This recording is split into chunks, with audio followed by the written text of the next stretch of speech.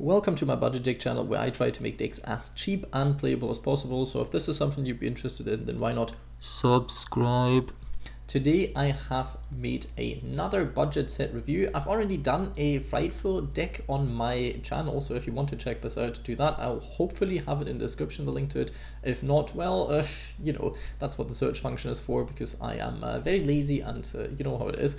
Let's jump right into the set review. Let's jump right into the ultra rares here. We have Frightful Bear, probably the worst ultra rare in here. It doesn't do all that much. There are situations where it makes somewhat sense, but also you have to play Sabers, which you will anyway. But you also have to play Fluffal Bear, which you also will probably. The thing is, the card doesn't do all that much, but if you have it in your extra deck, you have it in your extra deck, and it's not too bad. But you don't need this card specifically to play Fright first. It just has some effects, like the attack stats of this card isn't good, and you has to run stuff over by battle. But technically, then you get a card out of your opponent's graveyard. So there's that. Sometimes that can be helpful. But other than that, this effect not too amazing. Fright for Tiger, on the other hand, very very amazing effect. You can pop so many cards during your opponent's turn from time to time. There's some ways to go into this, and also during your time, if you want to be playing OTK Fright first, and that's a way to do it. This card is just in general very very nice at 1.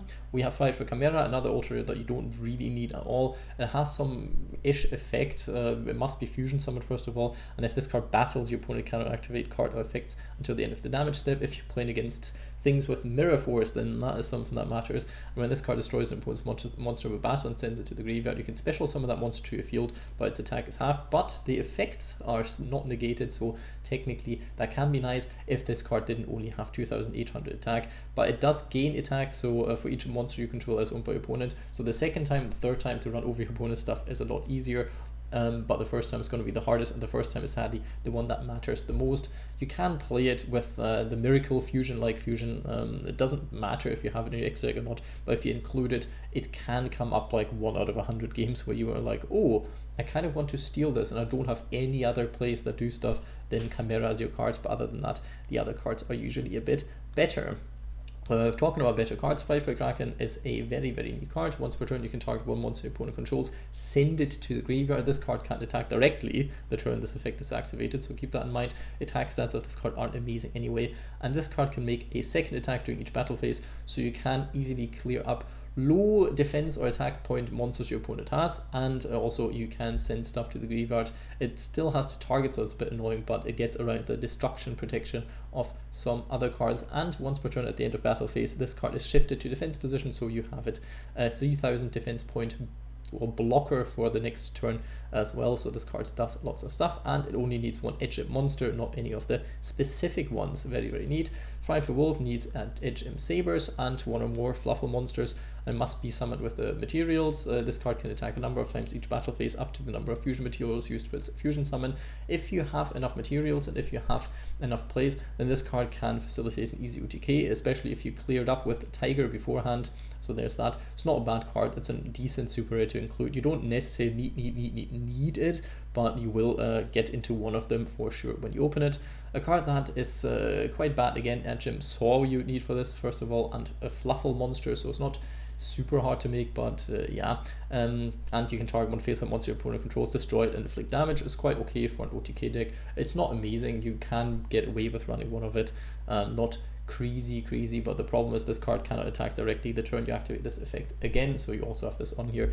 You can include it, but you're not super looking for it in any capacity. A card that you are looking for is Fight for Sabertooth. It's not as good as it used to be anymore, since the link restrictions have been lifted with the newest master rule.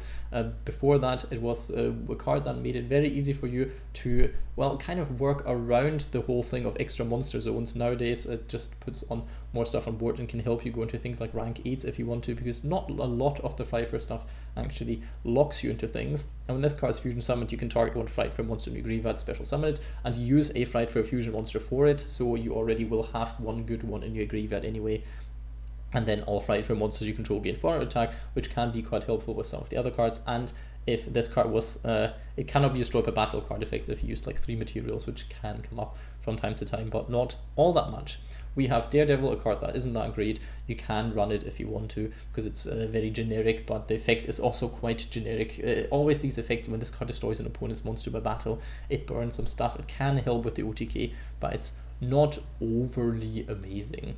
We have Dangerous Frightful Nightmare, one of the cards that's somewhat newish, I think. It's like, it came out a lot after the other ones, if I'm not mistaken. For that fact, it's not that good. Against attack for each fairy and feet monster in the graveyard, which is what you have, and during your turn only, why ever, when this card is fusion summoned, when this card destroys a monster by battle again, you can set one Frightful Fluffal or a monster from your deck to the graveyard equal to the original level of that destroyed monster. So it's not bad, because it can get some of the plays going. It can get wings into the graveyard, but other than that, not overly amazing. And when your opponent activates a card effect that target this card in the field, you can banish one monster from exit negated. It's not a card that you really need. It's not absolutely terrible, but most Frightful variants would definitely not run this card, because it doesn't do enough for it actually being useful. We have Frightful Cruel Whale, a card that is very useful. You do want, it used to be able to go into VFD with this one, because it's a level 9 monster, and you can't easily make this because it's also very generic, and you can destroy one card of both players' fields, which can help you trigger Scythe as well, so that is a thing. And yeah, this card you definitely want to be picking up 1 or 2 of. We have Frightful Fusion, also a one-off in the deck, so you can see you don't need most of the super expensive cards that many times. You usually get away with 1 or 2 of them, and that's very good for a budget set, and this card can be searchable and can be very neat. We have Frightful Patchwork, very, very important cards, not only for Fluffals, but also for Fluffals, or Frightfurs, or whatever this deck is called. I think it's like 3 archetypes in one. So yes, this card you definitely want to be picking up at 3, and you can use this in lots of different fusion decks, Predator plans, branded stuff.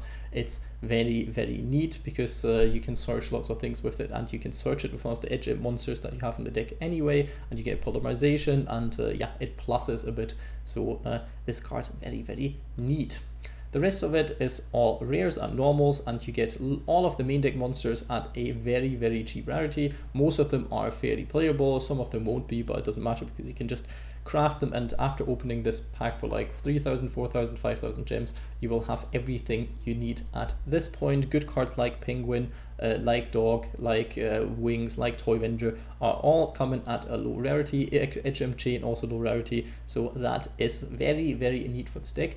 And let's talk about this set a little bit now, because we have now established that most of the expensive cards you only need at 1 or 2 maximum, so very, very good for that budget wise. So we don't have to open this set as many times as you want. If you're lacking a card in the end, you can always craft that one card that you lack, but you will get a very playable deck out of this one. So I would say this set, if you like Fluffals, if you like Frightfurs, or if you're just looking for a decent budget deck that can go first and can go second, then this is your call. You can upgrade this deck to make it fairly competitive. You would be able to get into Diamond with some of the versions, but you would have to invest a lot of other stuff into it, because it's not the Frightfurs that necessarily make it broken. The Frightfurs make it very playable, but then there's some broken-ish combos that can make it so it stands out in competitive play a tiny bit more, so keep that one in mind. But it's a fairly decent starter deck to pick up if you're just starting the game, or if you just like the deck in general. It is very, very cheap, so I would give this for the lack of splashability of most of these cards,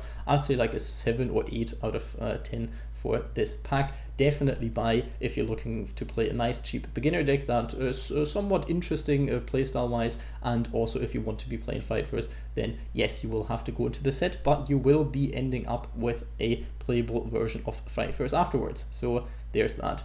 Hope you enjoyed the video. Leave a like, comment, subscribe, but most importantly, I hope you have a nice day.